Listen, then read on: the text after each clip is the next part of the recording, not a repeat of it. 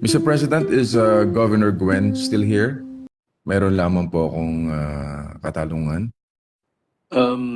She could be, she's still online. The office of the provincial government is still online. So let us see. Governor Gwen, are you still on? Yes, Yes, Mr. yes, go ahead. Okay.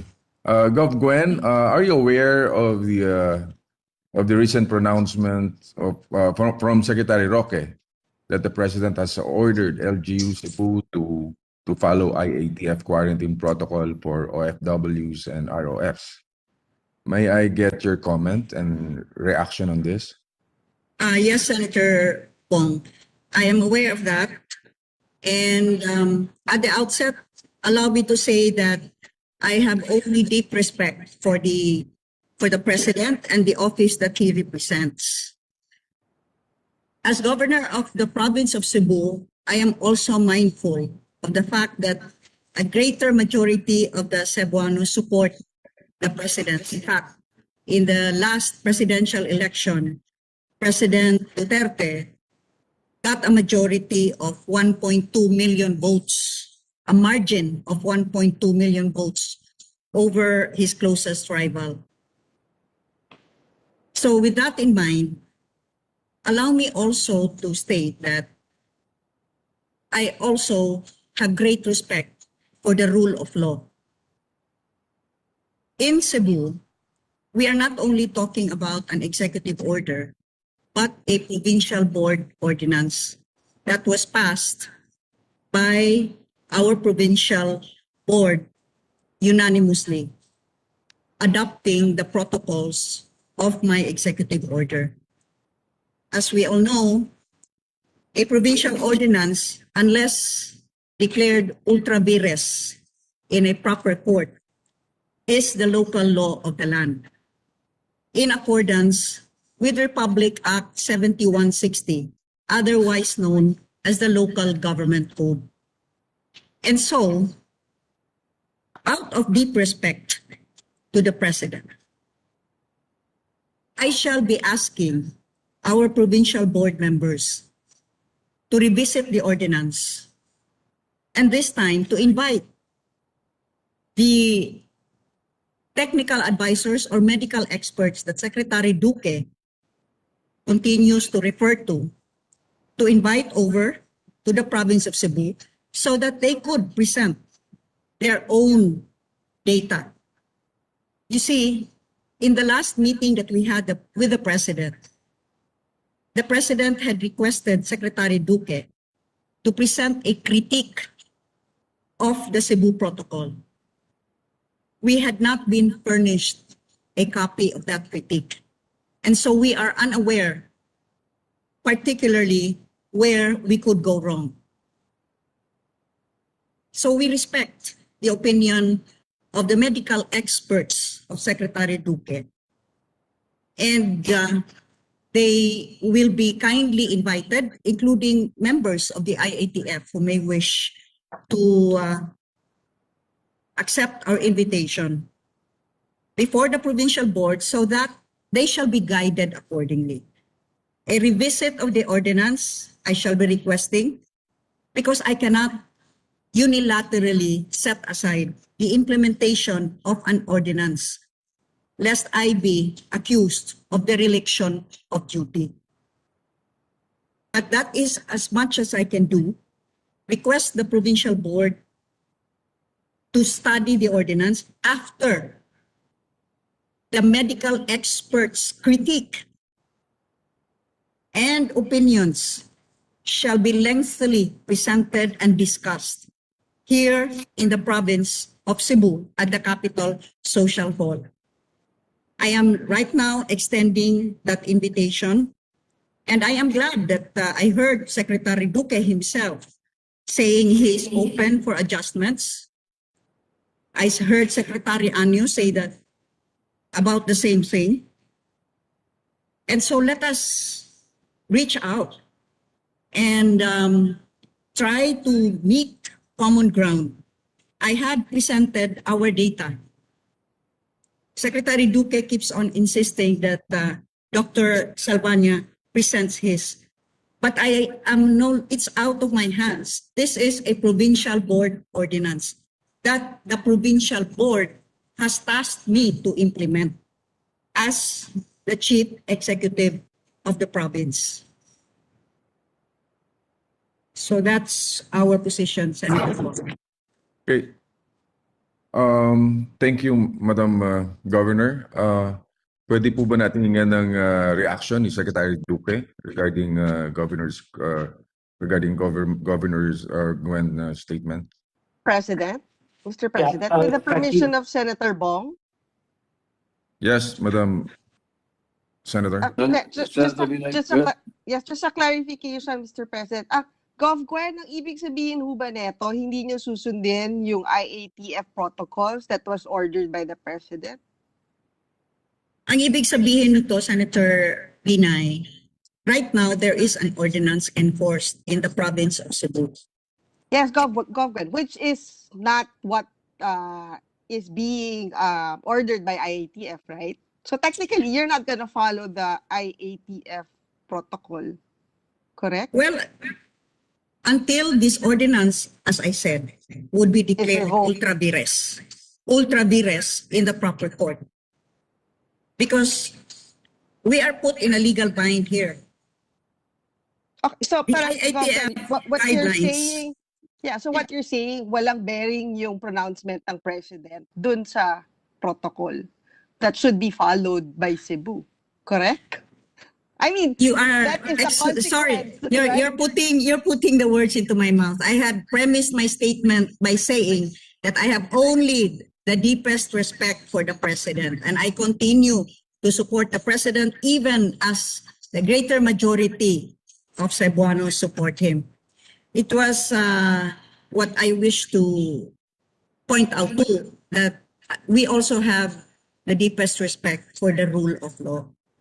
And that is what each of our oaths of office demand of us. Okay, thank you, Senator Bong. Thank you, Mr. President. Okay. Go ahead, Secretary Duque, your response. Yes, thank you, Mr. President and Mr. Senator Bong. First of all, I'd like to thank the provincial governor for her open invitation.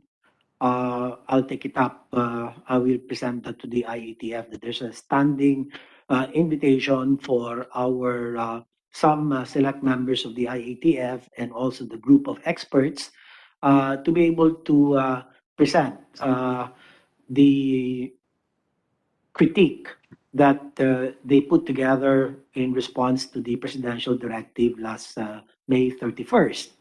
So we will arrange for that particular meeting where we will be asking for an opportunity to present the critique. We will send also the good governor the critique this afternoon or at the latest tomorrow morning. And my apologies that you were not furnished the critique, but with my reassurance, we will provide you such.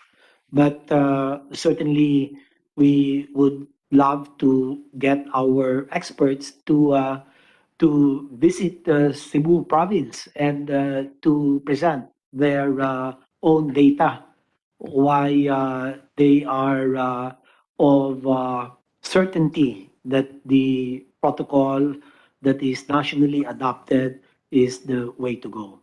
Thank you very much. Thank you.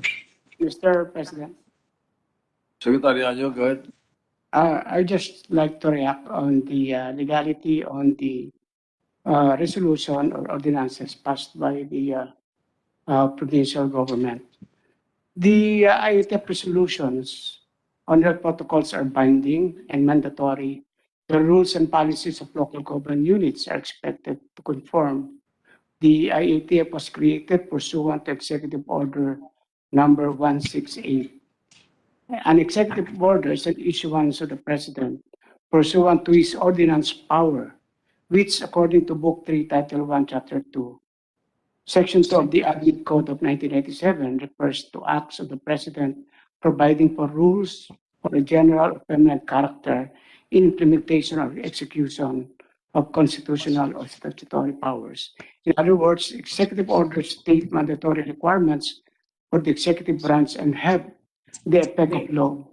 They are issued in relation to a law passed by Congress or based on powers granted to the President in the Constitution and must be consistent with those authorities. And since local government units are under the executive branch, they are expected to follow the command of the national government exercised through the executive power of the chief executive. Hence, no amount of an executive order or ordinance from the province can therefore defeat this power of the president, rooted on a constitutional precept, considering that the Constitution is the fundamental and highest law of the land. So, in other words po, hindi mo po kailangan ng ultra vires because at the first instance, the ordinance or the resolution is, in the first place, opposing the resolution that has been approved by the President. So, yun na po the comment, Mr. Mr. President. Chairman, just a point of Mr. clarification. President. Go ahead, Senator Yes. Lacson. In effect, what you're saying is the president can override a provincial board resolution or a municipal ordinance. That's what you're saying, Secretary Anyo. Yes, Your Honor, being the chief executive and the head of the executive branch as mandated in the Constitution. Via an executive order. Yes, sir. Thank you. Thank you very much. Mr. President, if I Go may, ahead. Mr. President, the IATF was created, yes, by virtue of Executive Order 168, signed by then President Noynoy Aquino. The chairman of the IATF is the Secretary of Health. Now, under the Local Government Code, which is a Republic Act 7160, and we all know, lawyers here would know the order of importance between a national law, an executive order, and a provincial or municipal ordinance. But I am quoting a national law, Republic Act 7160, which ensures local autonomy in accordance also with the Constitution. And Section 105 states that in cases of epidemics, pestilence, and other widespread public health dangers, the Secretary of Health may, upon the direction of the President and in consultation with the local government unit concerned, temporarily assume direct supervision and control over health operations in any local government unit for the duration of the emergency, but in no case exceeding a cumulative period of 6 months. With the concurrence of the local government unit concerned, the period for such direct national control and supervision may be further extended. But be that as it may, Mr. President, this is a legal issue which I do not wish to delve into. I am very grateful to Secretary Duque for acceding to our request that in fact, the medical experts that give these recommendations from which IATF policies spring are ready to face the provincial board so that the provincial board shall be able to judge in a balanced manner. So we would welcome your presence, all of your medical experts, Secretary Duque, once the provincial board shall issue that invitation. And by the way, this is not a mere resolution. This is an ordinance. There's a difference.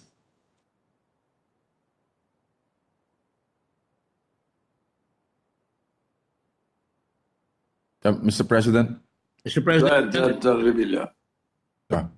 Okay, thank you, Mr. President. I hope we can resolve this concern issue and find common ground. Iisa lang naman po ang layunin ng bawat isa kung paano tayo makakatulong sa ating mga kababayan. Siyempre, of course, yung kalusugan, no? It's, siguro maayos po natin ito sa maayos na paraan. So, that's all, Mr. President.